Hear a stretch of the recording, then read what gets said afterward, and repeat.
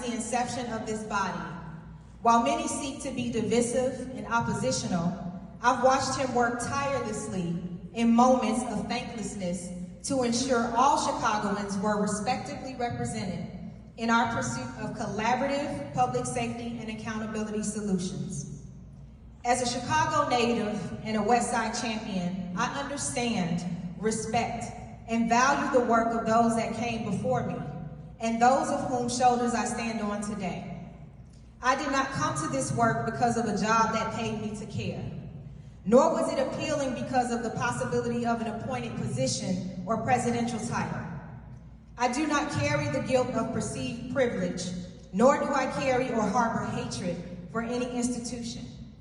This passion has burned inside of me since I was a child, dreaming of a world where there was no trauma, violence, or anything else negative. Instead, there was always peace and harmony. As many Black people in this nation, and as someone who grew up in the Chicago Housing Authority development, Rockwell Gardens, I have been on a journey of healing from a level of trauma that anyone would deem unfathomable. I am from the era of the Chicago Police Department's bailout boys, and experienced having to seek refuge as to not get snatched up in the chaos. I have witnessed the eventual raids following the implementation of the crime bill and know firsthand how those initiatives terrorized and traumatized Black communities while tearing apart families with no regard of innocence versus guilt. Right. Today, Black communities are still reeling from their impact as we continue to make strides towards rebuilding and stabilization. These are just a few of the lived experiences I come with in this space. So what did I do? I took action to give my time, intelligence, and skills without pay to do what I could within my given capacity to be the change I desire to see.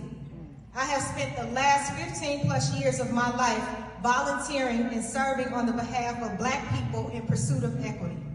The work that led to this commission began well before the passing of the 2021 ECPS ordinance. It predates the work I've done with the late Lorenzo Davis, a former Independent Police Review Authority supervisor who was awarded his lawsuit, which highlighted the bias of IPRA leadership. It predates the work I've done to bring the Department of Justice to Chicago to achieve reform, which led to the current consent decree. It predates the work I've done in relation to the Police Accountability Task Force, which included recommendations to the collective bargaining agreement, which now reflects changes to Rule 14. And it predates my service as an original community advisory member of the Civilian Office of Police Accountability. What those who sought to oppose me cannot say is I'm not deeply rooted and well vetted. They cannot say that since my tenure on this commission that I had not been approachable and accommodating to the many requests I've received. What they also cannot say is that I have leveraged them for my personal advancement as if the solutions to the plight of Black Chicagoans can be packaged into a singular platform.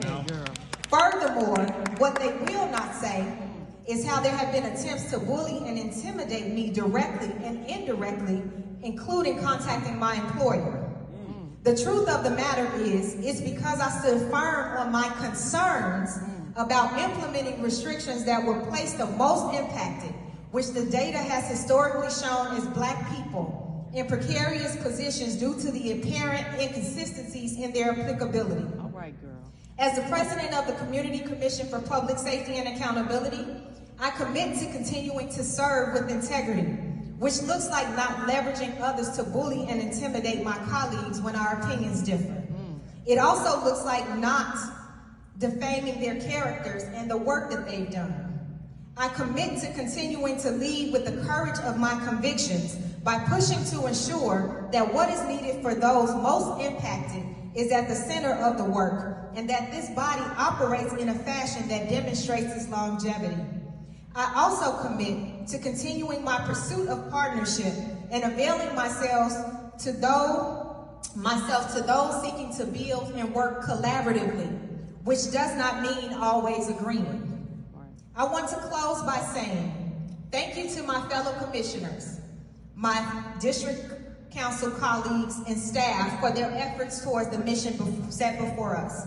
There's some real systemic change we can achieve, and I look forward to ensuring we center authentic voices of the most impacted who desire accountability and are demanding public safety for their communities. When it comes to the purposeful passion I possess, I hope and pray that it spreads like a wildfire. With that being said, on to our next order of business.